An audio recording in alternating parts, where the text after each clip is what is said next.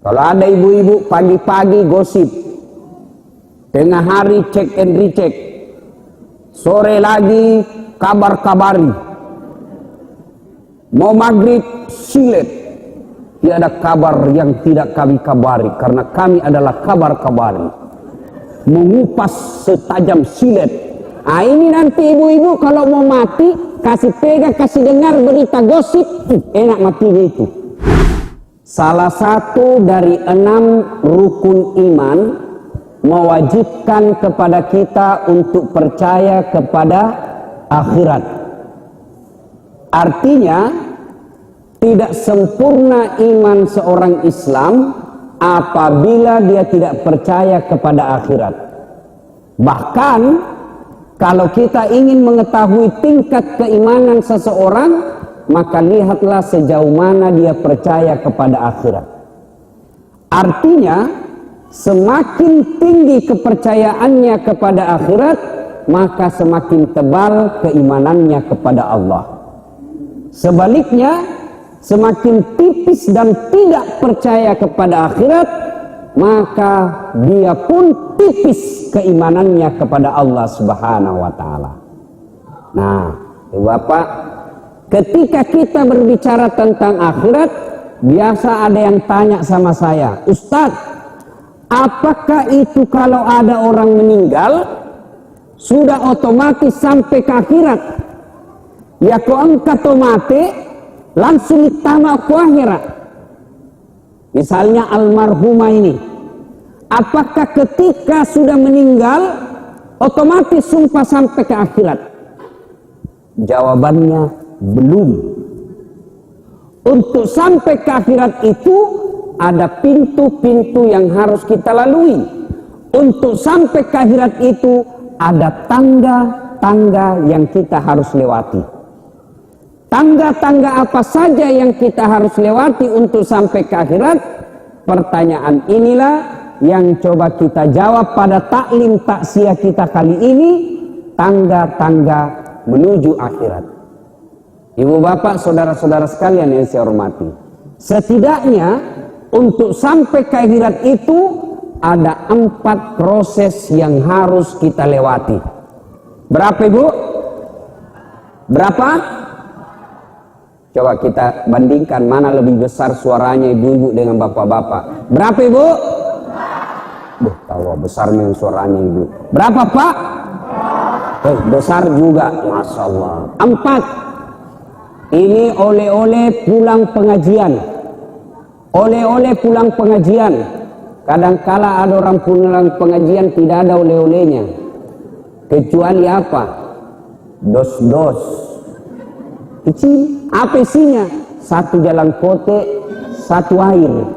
Belum sampai di rumahnya habis nih. Bahkan pulang pengajian tidak ada dia tahu. Ada pulang pengajian majelis taklim ibu-ibu ditanya, bagaimana pengajiannya? Oh, bagus. Bagaimana ceramahnya? Hebat memang itu Ustaz. Jago. Apa Anda bilang? Kulupan. Bahkan sepanjang pengajian mau WhatsApp saja kerjanya. Nah, ini ibu-ibu di belakang ini, Ustaz sudah ceramah masih juga pegang HP. Itu teman setan itu. Yang ketawa, saya serius ini. Ada juga kita sudah ceramah, dia juga masih gesek-gesek. Katanya mau dengar ceramah, WhatsApp saja nah urus. Simpan dulu ceramah, simpan dulu itu HP tak, simpan dulu. Bu, ibu, simpan dulu. Yang berwhatsapp, bermedsos selama Ustadz ceramah, kita doakan suaminya kawin lagi. Simpan dulu Pak Le, udah ngerti dulu ceramah. Ada juga itu pura-pura foto, padahal dalam hatinya lihat kohe HP baru. Saya itu kalau ceramah nah dipoto kan, nggak kusuka. Berhentikan dulu. Kalau tiba-tiba saya ceramah langsung foto, saya berhenti dulu.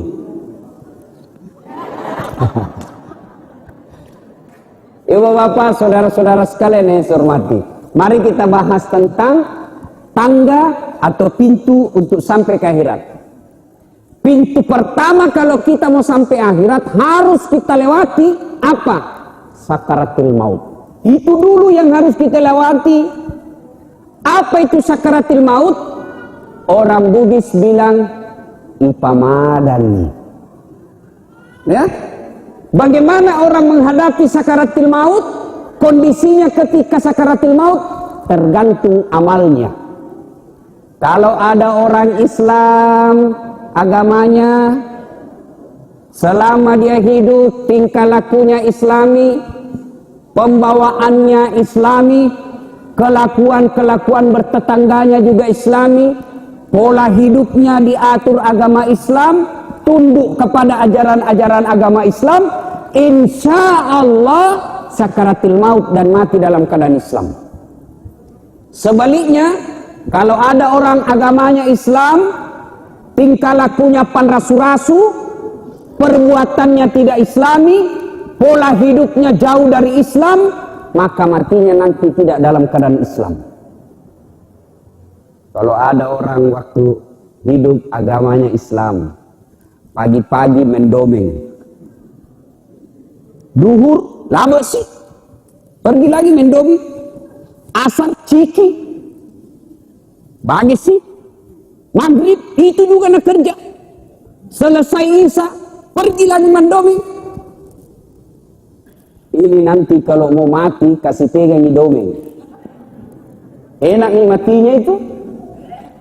Kalau ada ibu-ibu pagi-pagi gosip, tengah hari cek and recheck, sore lagi kabar-kabari,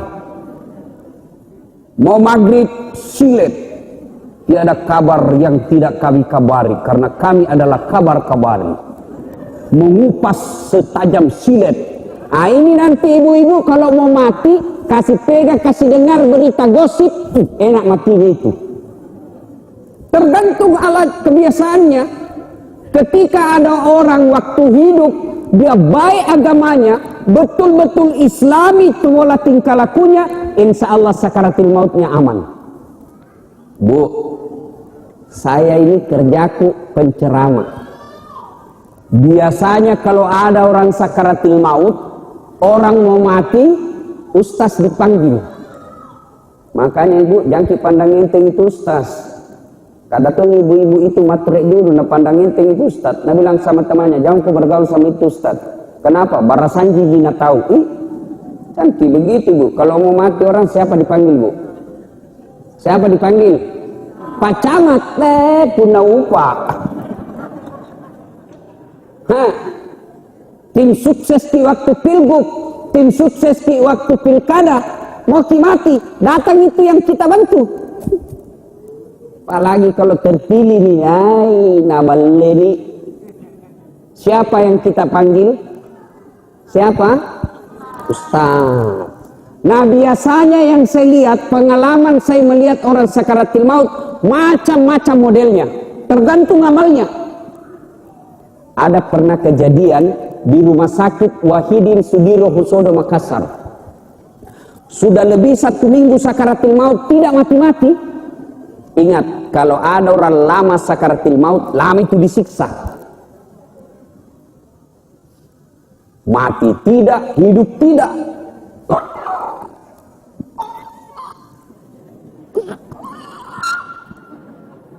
Saya kasihan.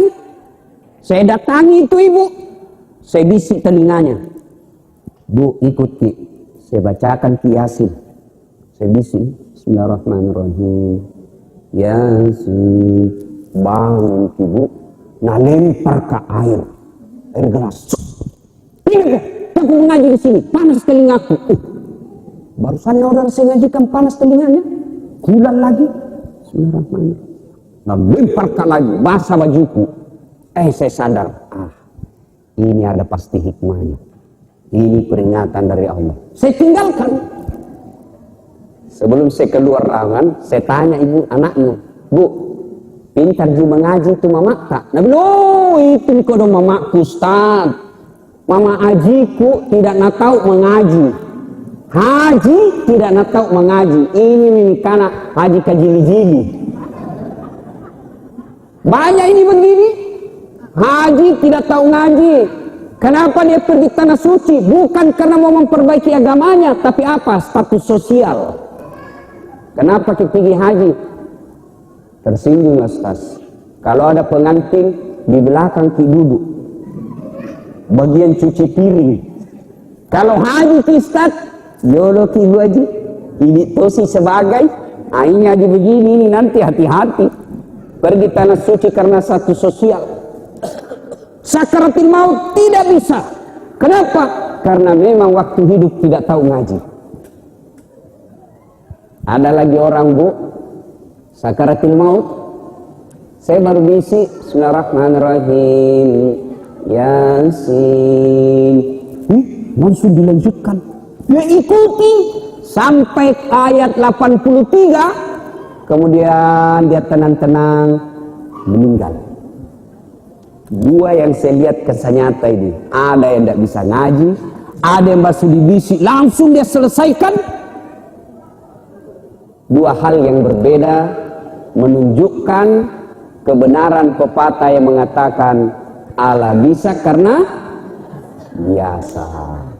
Kalau terbiasa hidupnya Islami, terbiasa dia selalu zikir, terbiasa dekat dengan Allah ketika sehat, maka insya Allah sakaratil mautnya pun dekat dengan Allah. Tapi kalau waktu sehat tidak dekat Allah, maka biar dibisi tetap tidak bisa syahadat. Ibu-ibu mau mati dalam keadaan Islam? Mau mati dalam keadaan Islam? Mau. Ini resepnya.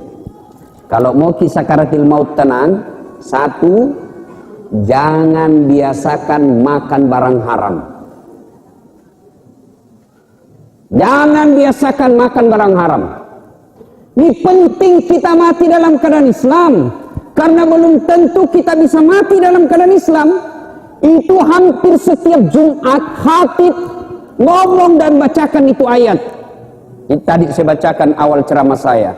Ya ayyuhalladzina amanu taqullaha haqqa tuqatih. Wahai orang-orang yang beriman, bertakwalah kalian kepada Allah dengan sebenar-benarnya takwa. Wala tamutunna, dan janganlah kamu mati. Ajak lalu kasihmu mati. Jangan sekali-kali kamu mati. Illa, kecuali wa antum muslimun, dalam keadaan beragama Islam. Ayat ini Allah sampaikan kepada kita melalui khatib dan mimbar Jumat. Kenapa? Allah seolah-olah ingin mengingatkan kepada kita, saat kau lahir dalam keadaan Islam, kau dihitan dengan agama Islam, kau nikah dengan agama Islam, tapi belum tentu kamu bisa mati dalam keadaan Islam. Berarti Ustaz, adakah orang Islam matinya dalam keadaan kafir? Ada. Contoh jiniat, contoh. Contoh jangan kita tersinggung nah. Pedagang. Ada pedagang di sini? Banyak. Dengar ki. Jual sarung. Berapa harganya sarungmu? 100.000. Mahalnya. Nggak beli? Itu lagi nak modal itu kasih kok. Karena sama-sama ke orang pangke. 100 walek kok. Kalau bukan ke orang pangke 150. Modal ini ku kasih kok. Dia bilang modal padahal ada untung. Nipu pembeli. Haram. Wa ahallallahu bai'a wa harrama riba. Allah halalkan jual beli, Allah haramkan riba. Mana riba? Menipu pembeli. Akhirnya dia beli itu tadi 100.000. Padahal sudah ada untung, dia bilang modal 10.000 di situ untungnya. Dia bilang modal 10.000 itu haram karena kita menipu. Tuh, hati. Apalagi contoh gini, contoh penjual bensin. Ada penjual bensin pinggir jalan sini? Ada toh? Nah tulis bensin murni, padahal nak campur minyak tanah. Begitu dikomplain, nah bilang pembeli, kenapa kau bilang bensin murni? Nah ada pala campurannya ini. Kau bilang bensin murni? Nah bilang, jangan kau salah. Istriku namanya Murni, jadi kutulis bensin murni. Coba, manusia boleh ditipu, tapi Allah tidak bisa ditipu. Hati-hati pedagang. pedagang ikan. Ada? Baru balemu. Baru. Belum pernah sentuh es. Padahal sudah 2 hari. Nipu pembeli. Ibu mungkin dapat untung, tapi untung itu riba karena nipu pembeli. Mana lagi? Anak muda. Ada anak muda di sini? Ada? Anak muda. Saweran. Ayo, 5.000 pertama. 10.000. 30.000. Cukup 50.000. Nah, bilang apa dibeli? Jamu ke vodka. Mahal. Udah cukup dibagi-bagi. Apa? Lem pox. Campur lem tikus. La ilaha illallah. Anak muda sekarang tidak tahu tambah pintar atau tambah beleng. Masa lem tikus dia pilih isap? Nah tambah lem pox. Minum ballo, naik motor. Bayangkan Pak, kalau orang mabuk naik motor, orang mabuk setengah, ini yang panrasu-rasu ini. Mabuk setengah, ambil motornya. Pergi jalan raya, mabuk setengah naik motor. Dia listriknya kira aspal. Wah, mati kafir kok. Kenapa? Ada khamar dalam perutmu. Makanya saya bilang sama anak-anak mahasiswa saya, silahkan jadi anak gaul, silahkan jadi anak band-band, silahkan jadi anak apa saja, anak band-band, anak gondrong-gondrong, anak skater, anak futsal, anak musik-musik, silahkan. Tapi jangan kau dekati namanya minuman keras. Satu-satunya minuman keras, misalnya yang tidak boleh, vodka, whisky, Jenever, Donald, topi miring, balo AC. Kenapa gue tahu? Kamu membaca Kak?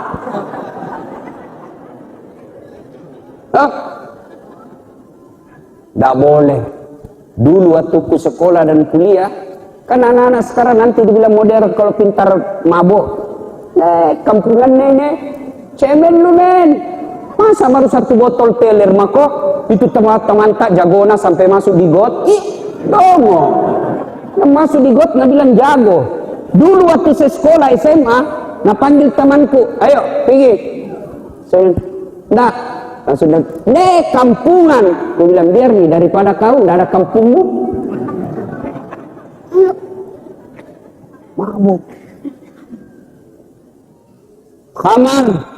Innamal khamru, sesungguhnya khamar, rijsun, bapak moyangnya dosa, min amali syaitan, perbuatan syaitan, jauhi agar kamu termasuk orang-orang yang beruntung. Jadi itu adik-adik, silakan kita jadi gaul, tapi jangan dekati minuman keras. Satu-satunya minuman keras yang halal, es batu. Nah, es batu besok nih, ya. Tapi kalau anak muda minum khamar, orang masih bilang, iya mencari jati diri. Anak muda, tapi ada tong kuliah tua nih. Ada nih anaknya masih tong. Ilaha illallah. Orang yang ada khamar dalam perutnya, mati dalam keadaan kafir. Termasuk koruptor, pemborong. Pemborong. Pernah dengar ceritanya pemborong di akhirat? Pernah? Itu di akhirat penghuni surga sama penghuni neraka baku semeski. Cerita warung kopi gini. Nah bilang penghuni surga, woi cikali, bagaimana kabarmu di neraka? Nah enggak ada enaknya, di belender terus orang di sini. Enggak ada jam istirahat, icel laki materu. Oh, kalian bagaimana di situ? Enggak boleh enaknya ini di surga. Baru dibayangkan ada di depan tak, 1 laki-laki 7 bidadari. Nah bilang ini penghuni neraka, bolehkah kami jalan-jalan ke situ? Nah bilang boleh di sini kok. Bagaimana caranya? Nah bilang begini, kau bikin jembatan dari neraka, kami juga bikin jembatan dari surga, kita ketemu di tengah. Baiklah, lelang proyek. Keluar pemenang tender. Waktu pekerjaan 3 hari. Pertemuan dari surga bangun jembatan, dari neraka bangun jembatan, ketemu di tengah. 3 hari masa pekerjaan. Hari pertama proyek dari neraka sudah mulai. Hari kedua 70% sudah tuntas. Hari ketiga selesai tepat waktu. Sementara proyek dari surga belum mulai-mulai. Nah bilang yang dari neraka, kita sudah sampai di tengah ini. Ya, proyeknya belum mulai.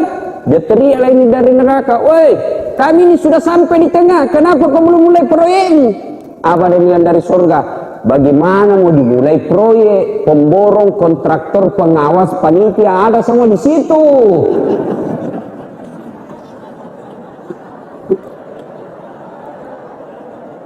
Di sini kasihan penghafal Quran, tidak tahu kalkulator, selalu salah hitung, tidak tahu sendeng. Bapak saudara-saudara sekalian, siapa lagi yang bisa mati dalam keadaan kafir dan tidak dijamin keislamannya? Jangan marah. Oknum penegak hukum. Ada anak sekolah buru-buru pergi sekolah, nah, balap motornya, tiba-tiba dia langgar rambu lalu lintas, ditangkap. Kenapa kau langgar itu? Kau tidak lihat rambu-rambu? Saya lihat sih Pak. Kenapa kau langgar? Saya tidak lihat nih. Bayar kok. Bayar, dia bilang berapa? Limpu 50, dia bilang deko don, 30 jiwaku Pak. Kau sudah tidak ada uangmu, melanggar lagi. Sudah nih, mari itu 20, ambil kau 10.000. 20.000 hasil sogok. Dia pergi makan coto. Pas makan coto keluar disambar sama mobil. Keluar, mati. Mati dalam keadaan kafir. Kenapa? Ada barang haram dalam perutnya. Nauzubillah min dzalik. Maka ibu bapak saudara-saudara sekalian, itulah hikmahnya kenapa Allah selalu ingatkan kita di Jumat melalui khutbah Jumat. Jangan sekali-kali kamu mati kecuali dalam keadaan Islam. Nah, oleh karena itu kita harus berusaha matinya dalam keadaan Islam. Bagaimana caranya Ustaz? Satu, supaya kita bisa mati dalam keadaan Islam, banyak-banyak berdoa. Ya Allah biha, ya Allah biha, ya Allah bihusnul khatimah, ya Allah biha, ya Allah biha, ya Allah bihusnul khatimah. Ya Allah berikan saya kemampuan, kesanggupan matinya dalam keadaan husnul khatimah. Itu kita minta doa. Maka bapak-bapak ini yang sudah tua-tua, yang sudah pensiun, sudah putih rambutnya, sudah jamak lagi minta, ya Allah tambahkan jodohku. Sudah nih dua magi, lobek magi, ya. Apa paling kita minta, ya Allah berikanlah kesanggupan saya mati dalam keadaan Islam, sempurnakan saya menghadapi sakaratul maut. Ada doa dalam buku tahlil, itu ibu majelis taklim biasanya hafal ini.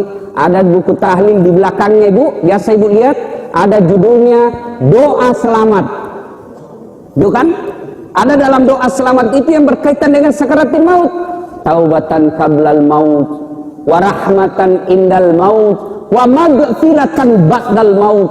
Allahumma hawwin alaina fi sakaratil maut. Ya Allah, berikanlah saya kesempatan bertaubat sebelum mati, rahmati ketika dicabut nyawaku, dan ampunilah saya setelah mati. Nah, itu kita baca-baca itu. Ibu bapak, bu, bu, selesai ki sholat, duduk ki sejenak, itu nih kita doa. Taubatan qablal maut, wa rahmatan indal maut, wa maghfiratan ba'dal maut.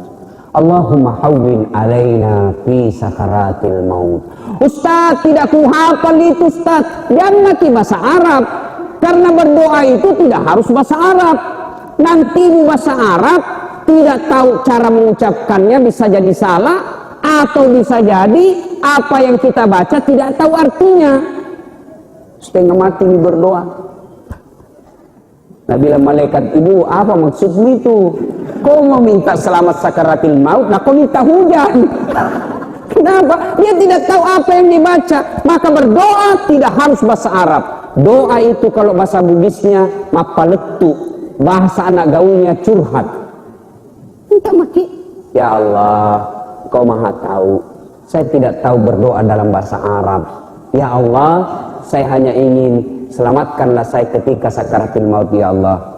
Ringankan ketika Engkau cabut nyawaku, dan ampunilah segala dosa-dosaku, dan berikan kesanggupan bagiku untuk sakaratul maut dalam keadaan Islam.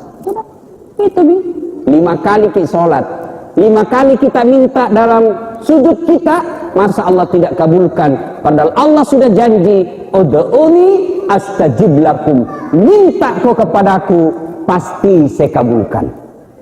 Sudah. Yang kedua, supaya bisa kita mati dalam keadaan Islam, mulai sekarang lazimkan setiap saat kita tahlil, tahmid dan tasbih. Bagaimana caranya Ustaz? Duduk mati.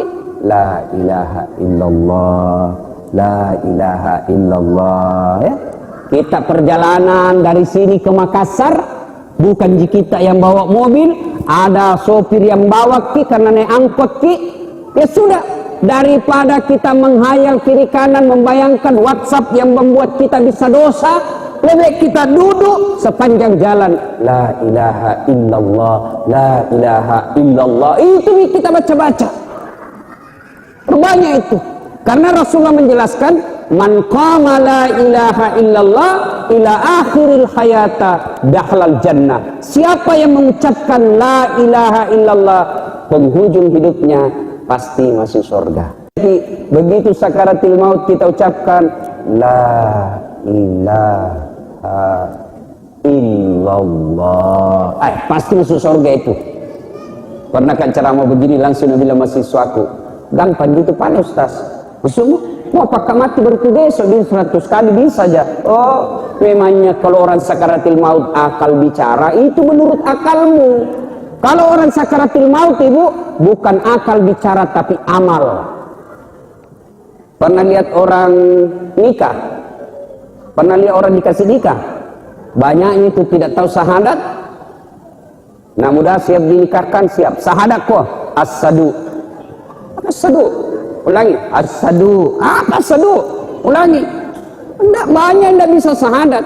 Itu baru menikah, apalagi sakaratul maut. Maka ibu-ibu, bapak-bapak, sambil duduk-duduk tidak ada kegiatan, ayo kita ucapkan la ilaha illallah, la ilaha illallah. Itu kita lazimkan. Jangan cuma bilang la ilaha, la ilaha. Itu tidak boleh itu. Ada biasa itu waktu kita kecil, ada papa la ilaha, la ilaha. Itu salah itu. La ilaha, tidak Tuhan.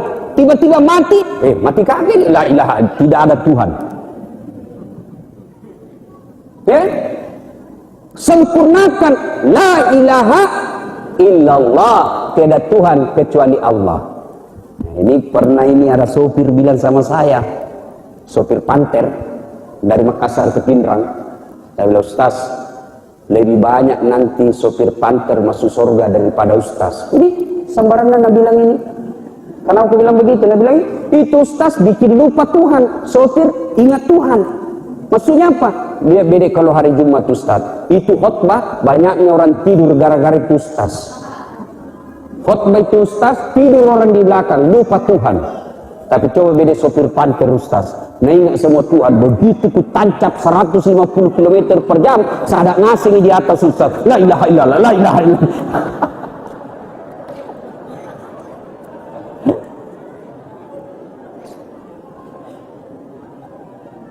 Ya Bapak saudara-saudara sekalian. Dah. Nah, sekarang siapa gerangan orang yang sakaratul maut dengan menderita? Siapa gerangan orang yang paling susah menghadapi sakaratul maut? Mereka yang durhaka kepada kedua orang tuanya. Kalau ada orang durhaka sama orang tua, jangan harap bisa sakaratul maut dengan tenang. Pernah dengar kisahnya Sa'labah Al-Qamah. Al-Qamah ini bagus sekali agamanya, tapi ujung hidupnya tidak bisa syahadat. Gara-gara apa? Pernah menyakiti hati ibunya. Dituntun oleh Bilal, la ilaha illallah, tiada Tuhan selain Allah. Alqamah cuma mengucapkan la, tidak ada. Didoakan oleh Nabi, tetap tidak bisa. Usut punya usut, ternyata pernah melakukan dosa. Apa dosanya? Pernah menyakiti hati ibunya. Lapor sama Nabi, Nabi lalu bersabda, wahai, tidak selama ini anak. Panggil ibunya. Bu, maafkan anaknya. Saya tidak mau ya Rasul. Maafkan, tidak mau ya Rasul. Kenapa? Lebih sayang istrinya dari saya. Akhirnya Nabi bilang, sudah Mi, kalau ibu tidak mau maafkan, lebih saya bakar api di dunia daripada api neraka. Itu api di dunia tidak ada artinya panasnya dibanding api neraka. Akhirnya Nabi bilang, kumpul kok kayu anak-anak, sahabat-sahabat kumpul kayu, kumpul menyala. Nabi bilang, angkat, bakar saja ini. Begitu mau dilempar, ibunya berteriak, ya Rasulullah, jangan kau bakar anakku. Memang dia kurang ajar, nakal, pernah sakiti perasaanku. Tapi perasaan itu tidak ada bandingnya ketimbang penderitaanku hamil dan melahirkan dia. Itulah ibu. Jangan kasihan, biar nih, memang dia pernah sakiti kak. Tapi tidak ada artinya sakit hatiku itu dibanding sakitnya saya hamilkan dan lahirkan dia. Ibu-ibu tahu kan bagaimana sakitnya hamil? Iya bu? Alhamdulillah saya belum pernah rasakan. Tapi bapak-bapak kalau mau rasakan bagaimana sakitnya hamil, ambil batu. Jangan batu berat dulu. Apa? Kelapa mau. Dengan sabut-sabutnya kasih masuk di perut tak. Kemana-mana bawa. Bawa maki. Karena itu ibu-ibu 9 bulan 10 hari dalam dibawa kemana-mana. Tidak ada ibu hamil begitu mau jalan. Dia bilang simpan dulu deh, berat sekali. Itu hamil. Bagaimana pula kalau melahirkan? Pernah masih ingat waktu melahirkan ibu? Masih? Ada enggak ibu-ibu melahirkan senyum? Ada? Oh menderita semua itu ibu-ibu. Mengedek. Tahu itu ibu-ibu. Dan herannya waktu melahirkan tobat mak, enggak mau lagi hamil. Terakhir ini pak, mak 5 bulan kemudian. Aku sih. Nah, akhirnya apa? Ibunya bilang jangan kau bakar anakku, ku sayang kasihan anakku.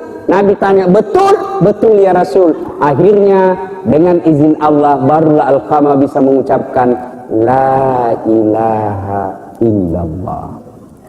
Nah, jadi ibu-ibu yang durhaka sama orang tua, pulang nanti ini minta maaf sama orang tua sebelum datang sakaratul maut. Ayo. Baik sama orang tua Ustaz, alhamdulillah, tapi jangan lupa baik juga sama mertua. Biasanya itu ibu-ibu yang berdosa kemana? Ke mertuanya. Nah sayang ibunya, tapi tidak sayang bapaknya suaminya. Ada begitu di sini? Ada? Ada begitu cerita pak? Ada? Ada? Sesama laki-laki saya ajar ki pak, jangan makin ceraikan ki, kasihan janda. Ini apa paling stas? Tambah jadi 2, biar dia tahu rasa. Bu, ada itu ibu-ibu datang mertuanya, hari pertama masih bagus, hari kedua tanya kapan kita pulang, hari ketiga mak galapuk nih pak, tutup pintu banting pak, mentang-mentang mertuanya hipertensi. Sanging garam nak kasih sama mertuanya. Telur asin, masak lagi ikan asin. Nabi bilang mertuanya deh, apa gimana mana kasih. Pulang mak besok, Nabi bilang pulang lalu ke Cilaka. Ini menantu seperti ini lebih ditambahi pak, supaya dia tahu diri.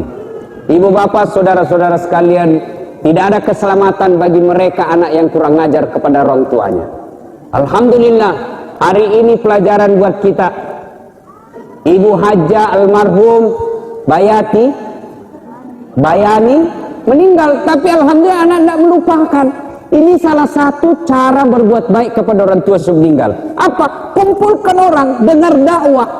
Bayangkan, pulang ini misalnya sekitar 500 orang, lalu ada ilmu yang dia dapat, misal dia amalkan suatu ilmu yang kita dapat dari pengajian ini, insya Allah almarhumah mendapat pahala-pahala dari kiriman orang yang datang, karena asbab anaknya yang mendatangkan untuk dakwah.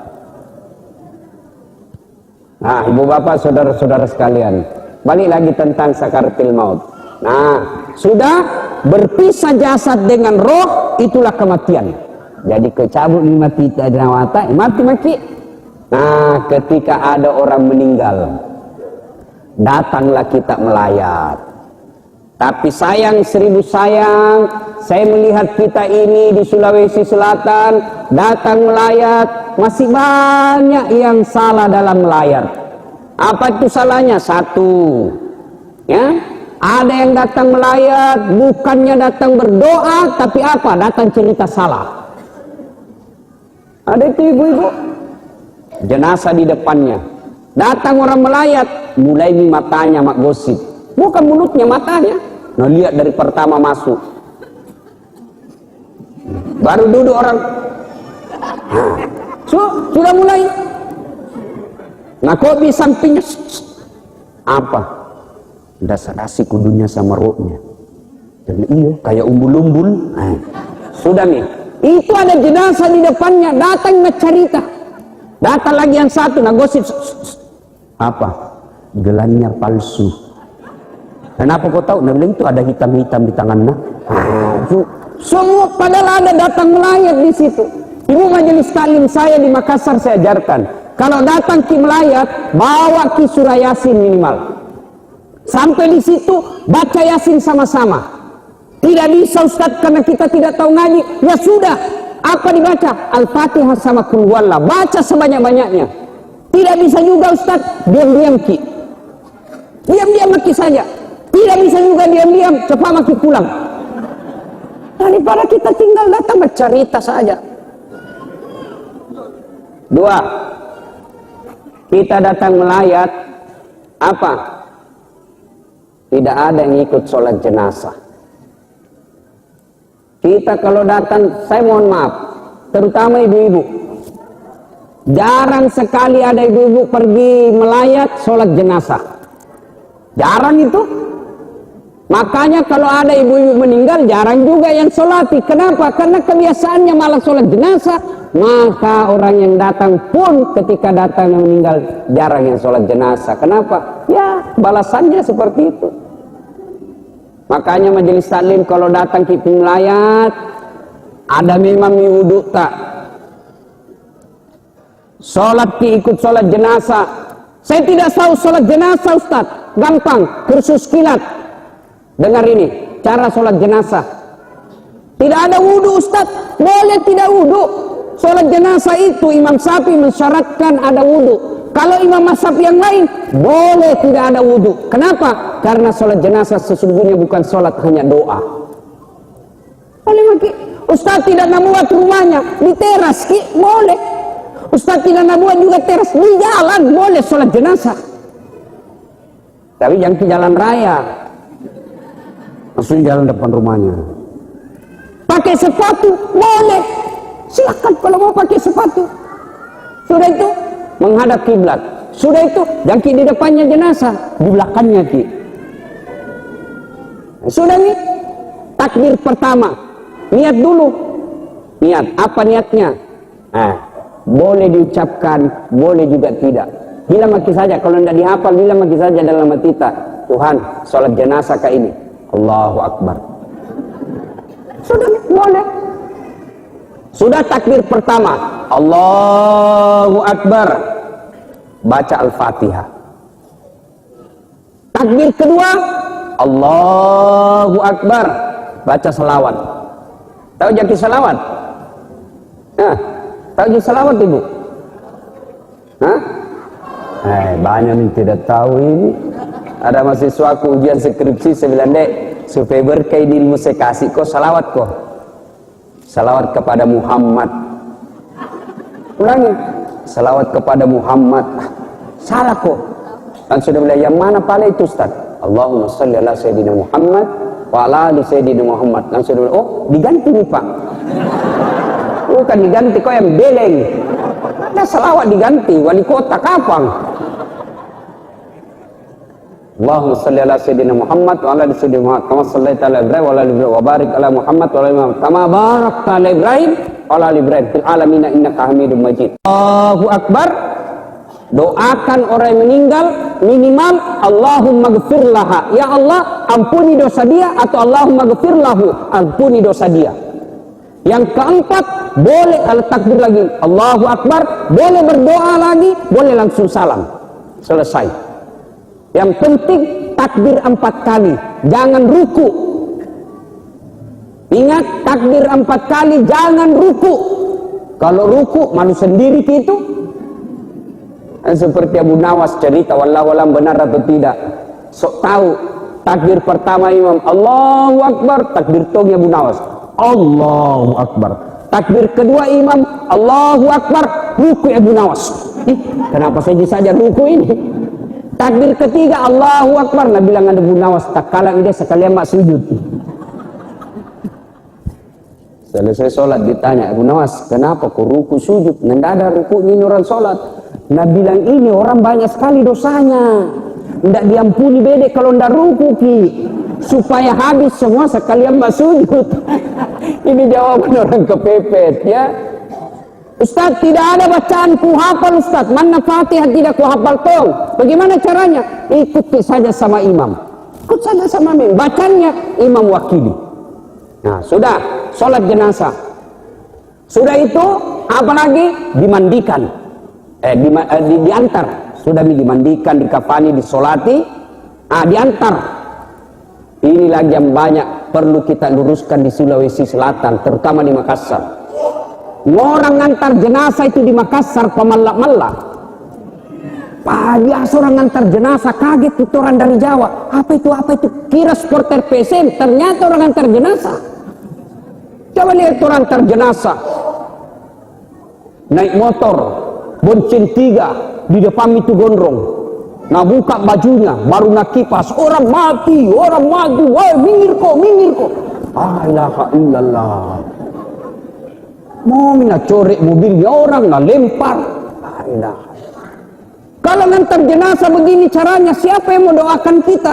Saya kalau pergi ngajar ke kampus Unhas, tiba-tiba ada orang diantar jenazahnya, orang meninggal, bagus caranya ngantar jenazah. Biasa saya pinggir-pinggirkan mobil, bacakan Fatihah yang mengantar, bacakan Fatihah jenazah yang diantar. Kalau dia bikin takut-takut, tidak aku doakan. Makanya kalau ada jenazah mau diantar, keluarga pidato dulu, sampaikan kepada pengantar, saudara-saudara sekalian, terima kasih atas duka yang Anda sampaikan semua. Terutama adik-adik remaja, anak muda yang naik motor, tolong kasihan, jangan menambah duka kami dengan hura-hura di jalan. Kami dalam berduka jangan lagi mempermalukan dan menghina kami, menambah duka kami dengan mengganggu pengguna jalan. Jangan buru-buru, tak usah buru-buru. Kenapa mau buru-buru? Liangnya sudah siap, jenazahnya juga tinggal dikasih masuk, untuk apa lagi buru-buru? Ada lagi yang bilang, kalau terlambat Ustaz, disiksa orang mati. Bisa itu kita yang kasih terlambat orang mati disiksa. Ayo, tidak usah buru-buru. Ngantar jenazah, lebih kita tahlil. La ilaha illallah, la ilaha illallah. Itu di Makassar saya lihat, itu ada 3 orang rewa di jalan raya. Pertama, pengantar jenazah. Oh ini kalau tinggi. Yang kedua, supporter PSM. Wah rewa juga ini. Apalagi kalau dikalahi, minggir memang lagi. Yang ketiga paling rewa, pemadam kebakaran. Kalau pemadam kebakaran, biar supporter PSM mundur tongi. Ya mau ke situ natabrak gratis kok. Nah, sudah. Ini lagi yang perlu diluruskan. Sampailah kita di area pemakaman. Berapa banyak orang sampai di area pemakaman bikin dosa. Kenapa? Dia injak-injak kubur. sampai di area pemakaman, maka kita disunnahkan mengucapkan Assalamualaikum ya ahlal kubur. Semoga keselamatan bagi kalian semua, wahai penghuni kubur. Bagaimana kalau padat kuburan, Ustaz? Jangan lagi masuk. Ini biasa banyak orang mengantar jenazah sampai di area pemakaman, nah injak-injak kuburnya itu. Tidak boleh. Ada yang sampai duduk-duduk di atas kubur sambil merokok. Sudah sampai di area pemakaman, kasih turunlah jenazah. Turun jenazah, dimakamkan. Sudah dimakamkan, selesai, tiba-tiba ada yang bilang, mana air, bunga, mana cucunya? Siram cepat nenekmu, siram nenekmu. Cucu durhaka, siram neneknya. Boleh kita siram kuburan dengan catatan jangan ada niat-niat salah. Ada pernah saya tanya, kenapa disiram ini kubur? Nah bilang, Ustaz, supaya dingin kuburnya orang mati. Kalau betul itu air kasih dingin kuburnya orang meninggal, maka sekali pasangi PDAM di situ, buka terus. Tidak ada, biar kita kasih banjir kalau orang durhaka, panas kok di dalam. Nah sudah, kembali pengantar, masuklah kita di proses kedua. Tadi sakaratul maut pertama, yang kedua alam kubur. Di alam kubur banyak yang salah paham. Dia bilang, Ustaz, di kubur bede orang tidak disiksai, di neraka tuh bede. Siapa ngajar ki? Neraka itu bisa, kubur itu bisa jadi pemanasannya surga, juga bisa jadi pemanasannya neraka, tergantung siapa yang di dalam. Kalau orang baik agamanya, maka dia ditidurkan seperti tidurnya pengantin baru. Kalau orang jahat, maka diberikan memang pemanasannya neraka. Ilustrasi, contoh sederhana, tapi tentu jauh dari ini. Yang sebenarnya hanya sebagai penggambaran saja. Pernah ki jalan kaki di jalan raya panas. Tiba-tiba mau ki masuk di masjid ini, yang penuh dengan AC, dingin. Belum pakai masuk di dalam, baru dibuka pintu, langsung enak dirasa, nah ini namanya dingin. Padahal belum masuk di dalam. Sebaliknya, kita lagi masak, tiba-tiba itu api, besar apinya, kita dekat, pasti apinya sudah narpanasi muka tak. Kurang lebih seperti itulah gambaran di kubur nanti. Kalau orang baik, hawa-hawana surga sudah senter dia. Orang jahat, hawa-hawanya neraka sudah bakar dia. Cuma ada pernah ini cerita, wallahu alam benar atau tidak. Cerita ini, penjual gogos. Tahu gogos? Tahu gogos? Pulang ceramah, langsung dia bilang sama istrinya, Bu, besok-besok kalau mati kak, jangan kau bungkus kain kapan nah. Kenapa? Banyak pertanyaan, jenazah kain kapan, nah, tanya ke malaikat. Jadi apa? Bungkus mak saja daun pisang supaya dikira kak gogos, tidak ditanya mak. Akhirnya meninggal dibungkus betul daun pisang, bungkus daun pisang. Sudah tanam, pergi semua pengantar, datang malaikat, langsung lihat, gogos, bagati. Tidak langsung ditanya, langsung dibakar. Motor lolos. Bapak saudara-saudara sekalian, nah kembalilah seluruh pengantar, maka datanglah malaikat. Datanglah malaikat. Maka begitu datang malaikat, pertama sekali yang ditanya kita ada 5 hal. Datang malaikat, pengantar sudah kembali, batumi malaikat. Ini orang meninggal, orang baik agamanya. Datang malaikat langsung ditanya, Marrabuka, siapa Tuhanmu? Karena dia baik solatnya, maka solatnya akan menjawab, Allahu Akbar. Nabi bilang malaikat, jago nah. Barusan sudah apa ini? Ditanya lagi, man nabiyuka, siapa nabimu? Solat menjawab lagi, asyhadu Allah ilaha illallah wa asyhadu anna Muhammadar Rasulullah. Dan sudah malaikat, tahu tambah jago, anak labak kamu. Akhirnya malaikat melapor kepada Allah, ya Allah, ada hambamu saya tanya, marrabuka, Allahu Akbar. Oh, itu orang baik sembahyangnya itu. Bukan dia yang jawab, tapi sholatnya. Karena dia baik sholatnya, tidurkan dia untuk menunggu hari kiamat seperti nikmatnya tidur pengantin baru. Pernah rasakan tidur pengantin baru, Pak? Pernah?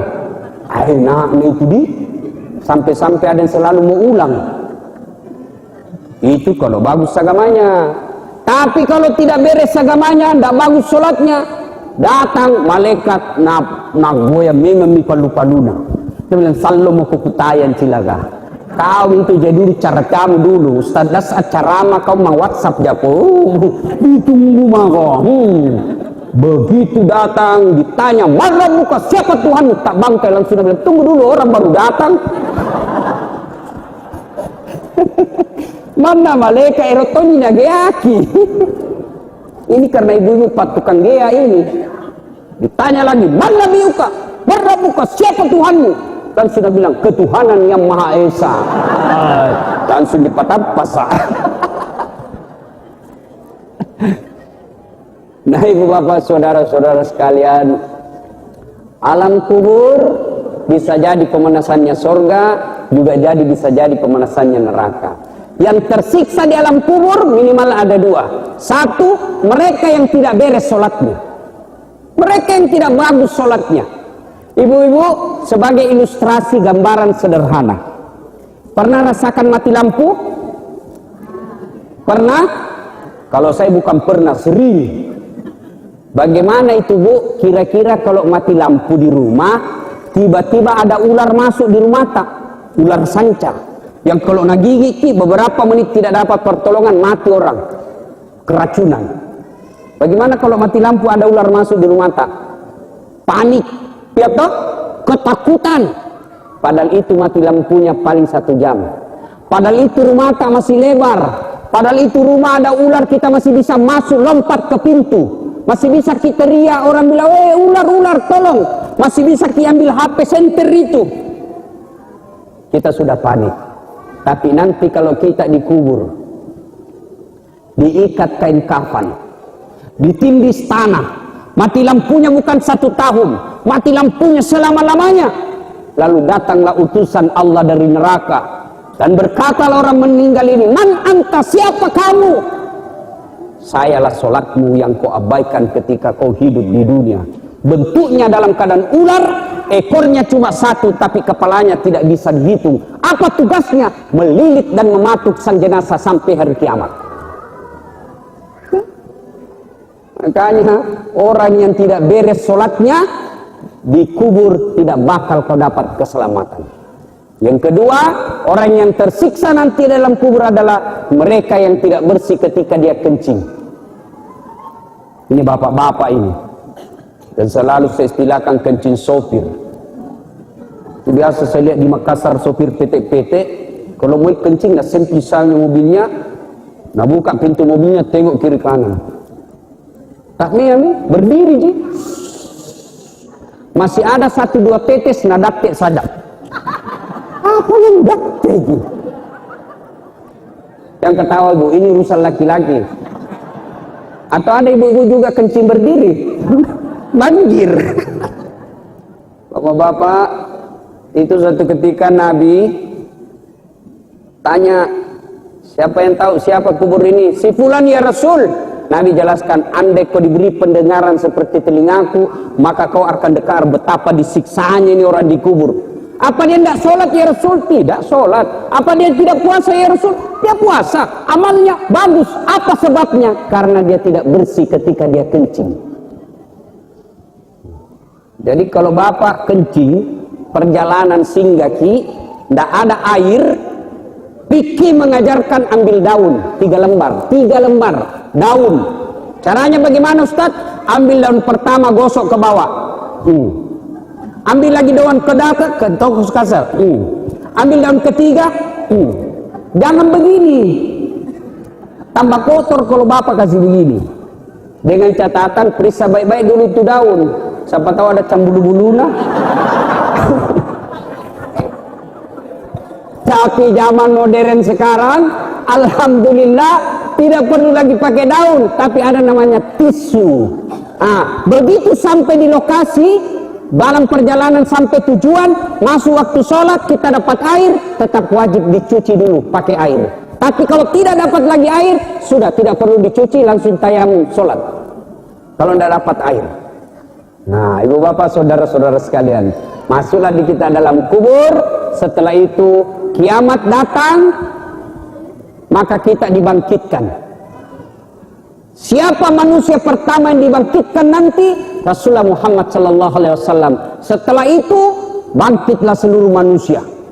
Dan pada saat itu kata Nabi, muka kita sudah tidak seperti sekarang. Ada yang mukanya menjadi lebih gagah, ada lagi yang lebih hancur. Ada nanti mukanya seperti tikus. Siapa muka tikus? Mereka yang suka waktu di dunia sifatnya seperti tikus. Apa sifat tikus? Suka ngambil barangnya orang. Nah, ini nanti koruptor, panga, pencuri, perampok. Nah, itu nanti mukanya seperti tikus. Badannya manusia, mukanya tikus. Termasuk mereka yang bertetangga ngambil tanahnya orang.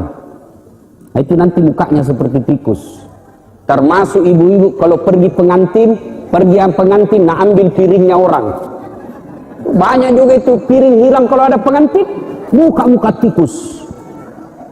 Siapa lagi? Ada lagi nanti yang mukanya seperti anjing.